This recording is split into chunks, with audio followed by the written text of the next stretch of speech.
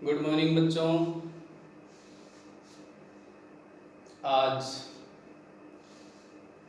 फिर अपना जो अध्याय चल रहा है कक्षा 10 सामाजिक विज्ञान में आर्थिक अवधारणाएं एवं नियोजन, इसका जो अगला टॉपिक है वो है अपना अर्थव्यवस्था के क्षेत्र।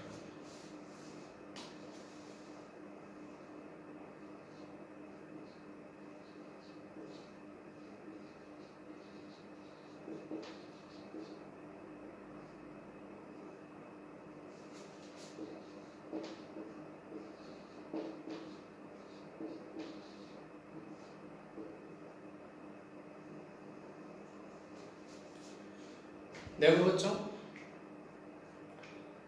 अपन ने इस पाठ में राष्ट्रीय आय, प्रति व्यक्ति आय, भारत में राष्ट्रीय आय की गणना, ये टॉपिक पढ़े। आज अपना टॉपिक है अर्थव्यवस्था के क्षेत्र। तो अर्थव्यवस्था की क्या क्षेत्र होते हैं, पहले यह समझना जरूरी है। तो ये बात समझने के लिए हम देखते हैं कि अपने दैनिक जीवन में कई लोग कुछ न कुछ गतिविधियों में शामिल होते हैं। आर्थिक गतिविधियां, कई उत्पादन में, कई उत्पादन का सृजन करते हैं तो कई सेवाओं का सृजन करते हैं। तो कोई न कोई लोग किसी न किसी कार्य में लगा हुआ होता है। तो इन गतिविधियों को इनके निश्चित मानदंड के आधार पे इनका अध्ययन किया जाता है, इनको वर्गीकृत किया जाता है। तो अर्थव्यवस्था में इनको क्षेत्र बोलते हैं। तो इसलिए आज अपना जो टॉपिक है अर्थव्यवस्था के क्षेत्र। तो अर्थव्यवस्था के क्षेत्र में क्या बात आई, अपनी अनेक प्रकार की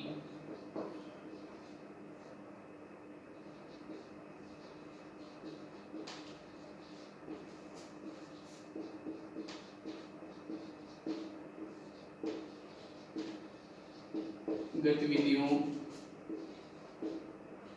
का अध्ययन।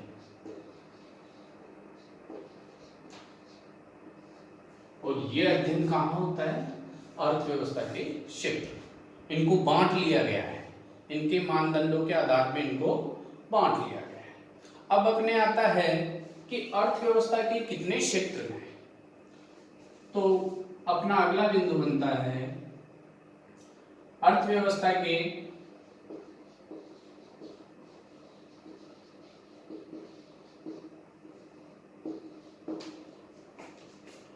तीन क्षेत्र।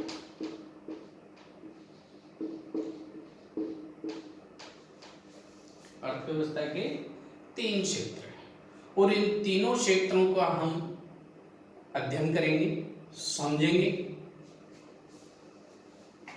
पहला है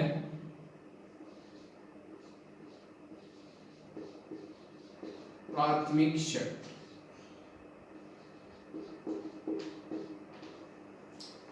दूसरा है द्वितीय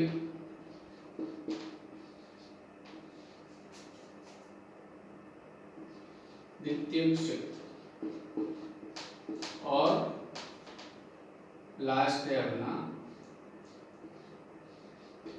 तृतीय क्षेत्र।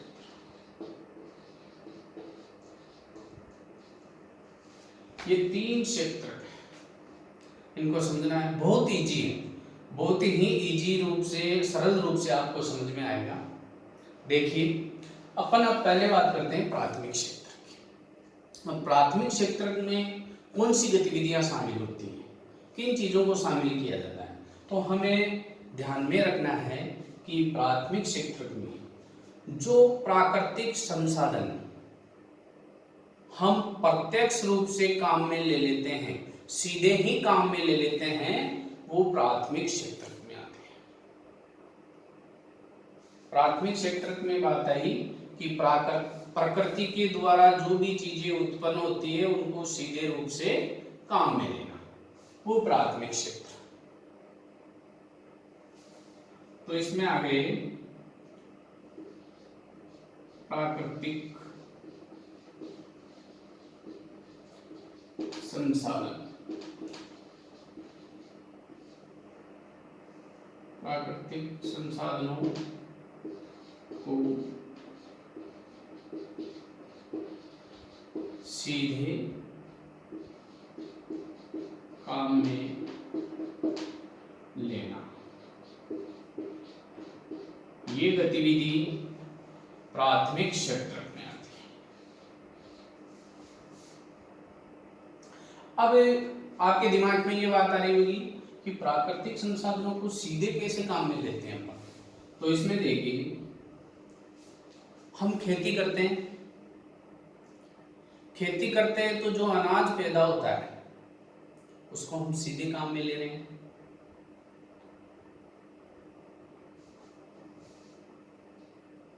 पशुपालन करते हैं, दूध निकाला अपन ने, दूध को काम में ले रहे हैं, सीधे काम में ले लिए। मत्स्य पालन कर रहे हैं, मछली पालन, उसको भी हम सीधे काम में ले रहे हैं। तो ये चीजें जैसे खनन है, प्राकृतिक रूप से हम जमीन से खोद के जो चीजें निकालते हैं खनन करके, उनको हम सीधे काम में ले रहे हैं। तो ये सब चीजें प्राथमिक क्षेत्र में आती है। तो प्राथमिक क्षेत्र में क्या क्या चीजें आई अपनी, जैसे कृषि है, खनन है, पशुपालन है,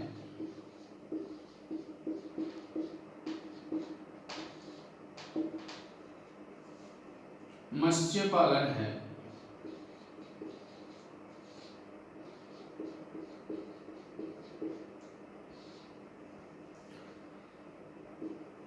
मधुमक्खी पालन भी अपन ले सकते हैं। अनेक प्रकार की चीजें हैं, इनको प्राथमिक क्षेत्र में काम में लिया गया। अब ये सभी चीजें विशेष रूप से प्राथमिक क्षेत्र जो आधारित होता है वो कृषि पे आधारित होता है। तो इस प्राथमिक क्षेत्र को हम अन्य नाम से कृषि क्षेत्र भी बोल सकते हैं।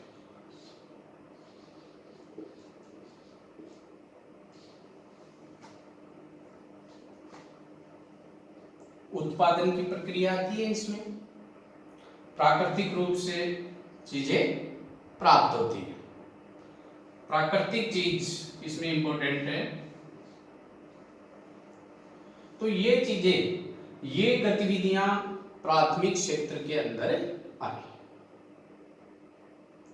अब अपन देखते हैं द्वितीय क्षेत्र। अब इसमें बिल्कुल सरल चीज है कि प्राथमिक क्षेत्र से जो वस्तुएं हमें प्राप्त होती है, जो उत्पादन हमें प्राप्त होता है, जिसे हम एक प्रकार से कह सकते हैं कच्चा माल, उस कच्चे माल से हम या तो अपने घर में, कार्यशाला में, कारखानों में यहाँ पर पक्का माल तैयार करते हैं, विनिर्माण करते हैं। तो इसमें आपको ध्यान रखना है कि कच्चे माल से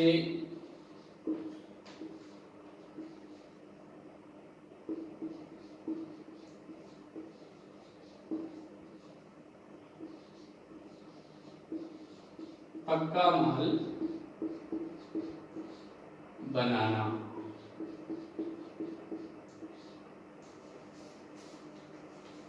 ये द्वितीय क्षेत्र में। और ये कार्य कहाँ होता है? कारखाने,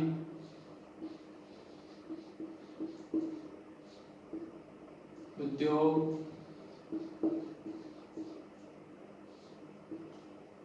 घर पे भी कर सकते हैं अपन, कार्यशाला में भी करते हैं,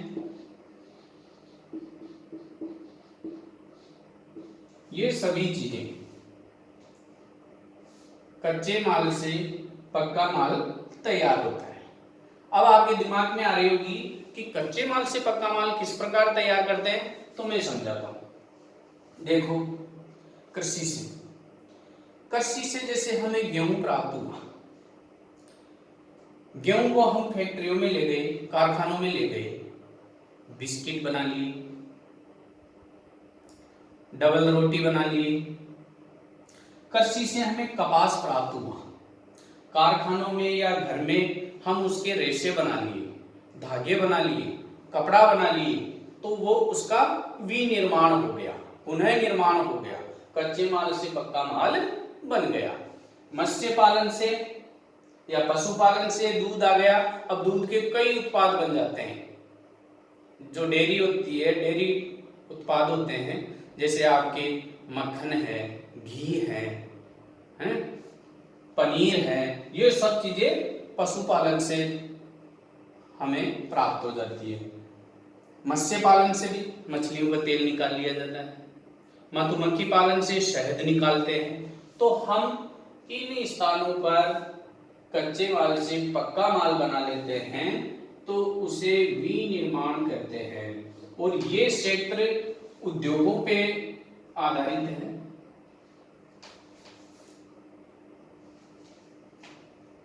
तो इसे हम विनिर्माण क्षेत्र भी नाम दे सकते हैं।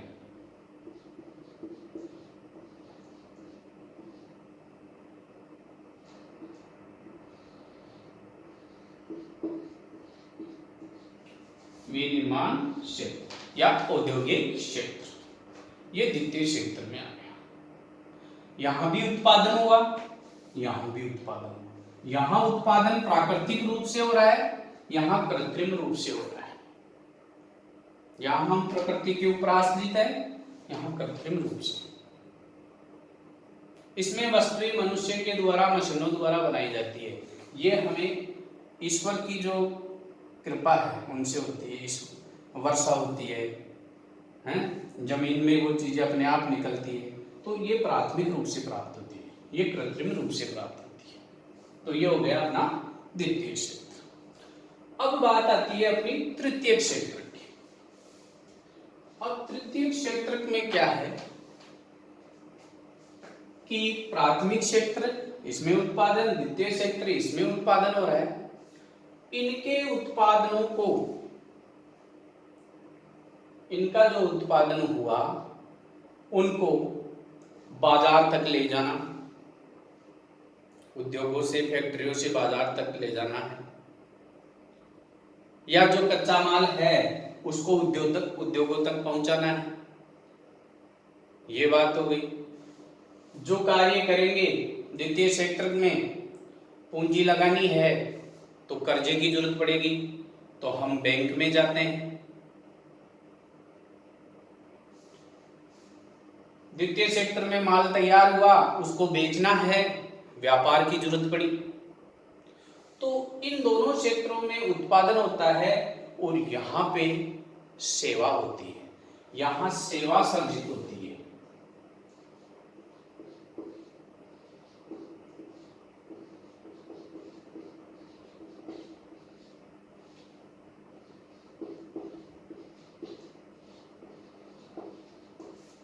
तृतीय क्षेत्र में सेवा सर्जित होती है। और ये सेवा किन किन स्थानों से मिली, कौन सी ऐसे कार्य हैं, उनमें देखिए अपने इसके उदाहरण हो जाएंगे। परिवहन,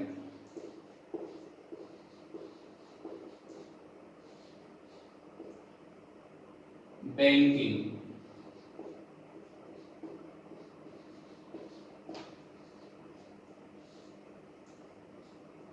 व्यापार,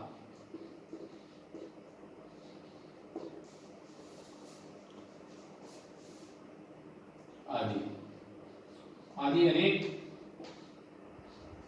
कार्य हैं जो सेवा से जुड़े हुए होते हैं, वो तृतीय क्षेत्र में आते हैं। सेवा से जुड़ी हुई और भी चीजें जो शामिल होते हैं, जैसे एक शिक्षक है वो भी सेवा कर रहा है, एक चिकित्सक है वो भी सेवा दे रहा है। सभी के अपने अपने क्षेत्रों में सेवा होती है। तो वो तृतीय क्षेत्र के अंदर आते हैं। और तृतीय क्षेत्र में सेवा सर्जित होती है, इसलिए हम इसे सेवा क्षेत्र भी कह सकते हैं या कहते हैं।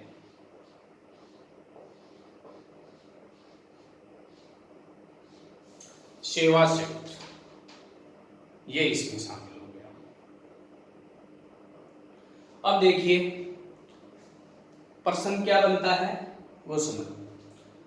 अर्थव्यवस्था के कितने क्षेत्र हैं, नाम लिखो। छोटा प्रश्न पूछेगा, लघु उत्तर का प्रश्न पूछेगा तो प्राथमिक क्षेत्र के बारे में समझाइए। प्राथमिक क्षेत्र में क्या शामिल होता है, उदाहरण सहित बताइए। या द्वितीय क्षेत्र को और किस नाम से जानते हैं, उदाहरण सहित समझाइए। तृतीय क्षेत्र को सेवा क्षेत्र क्यों कहते हैं, समझाइए। इस प्रकार 1 नंबर का प्रश्न, 2 नंबर का प्रश्न और 4 से 6 नंबर का प्रश्न भी इसमें बन सकता है कि अर्थव्यवस्था के कितने क्षेत्र होते हैं, विस्तार पूर्वक बताइए। तो इसमें फिर हमें पूरी चीजें, ये पूरी बातें लिखनी होती है। अब इसमें और क्या चीज रह गई जो मैं अब आपको समझा देता हूं। प्राथमिक क्षेत्र का अन्य नाम कृषि क्षेत्र, द्वितीय क्षेत्र का अन्य नाम विनिर्माण क्षेत्र या औद्योगिक क्षेत्र, तृतीय क्षेत्र का अन्य नाम सेवा क्षेत्र कहते हैं। इन दोनों क्षेत्रों में उत्पादन होता है, उत्पादन का सर्जन होता है।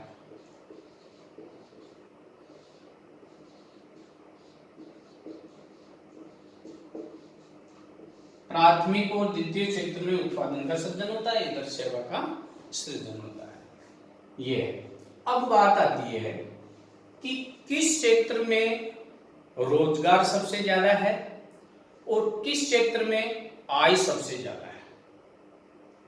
तो इसके लिए देखते हैं कि जो अपना प्राथमिक क्षेत्र है इसमें सबसे अधिक रोजगार, प्राथमिक क्षेत्र में सबसे अधिक रोजगार,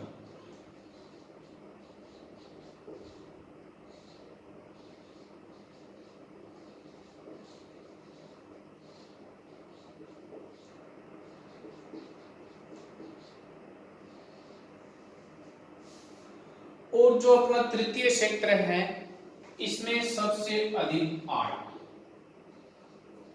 आय जो प्राप्त होती है वो तृतीय क्षेत्र से प्राप्त होती है। ये कंपटीशन एग्जाम्स के आधार पे भी इंपॉर्टेंट है।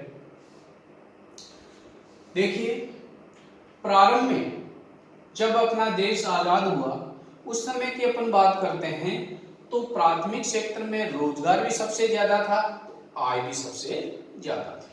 लेकिन धीरे धीरे पंचवर्षीय योजनाएं बनी, उद्योगों का विस्तार हुआ, विकास हुआ, नए नए उद्योग हुए, तो द्वितीय क्षेत्र बना। अब द्वितीय क्षेत्र में रोजगार इधर से रोजगार इधर बढ़ने लग गया। लेकिन जब द्वितीय क्षेत्र की बात हुई तो तृतीय क्षेत्र में जो सेवा का जो कार्य था इसमें लोगों का झुकाव ज्यादा हो गया, तो रोजगार इधर बढ़ने लगा लेकिन आय इधर बढ़ने लगी। अब देखते हैं कि वर्तमान में जो श्रमिक लोग हैं वो आधे श्रमिक प्राथमिक क्षेत्र में काम करते हैं,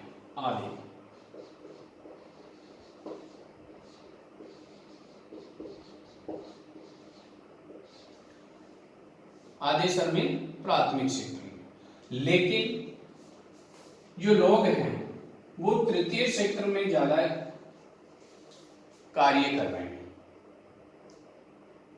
कारण क्या हुआ कि द्वितीय क्षेत्र में रोजगार का सृजन नहीं हुआ, द्वितीय क्षेत्र में रोजगार नहीं पनपा,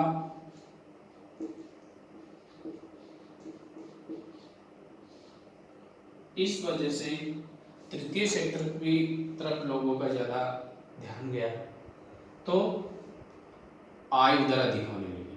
अब अपनी जो जीडीपी है, सकल घरेलू उत्पाद है, उसमें प्राथमिक क्षेत्र का 15% योगदान है और इधर अपना जो सेवा क्षेत्र है इसका जीडीपी में 85% योगदान।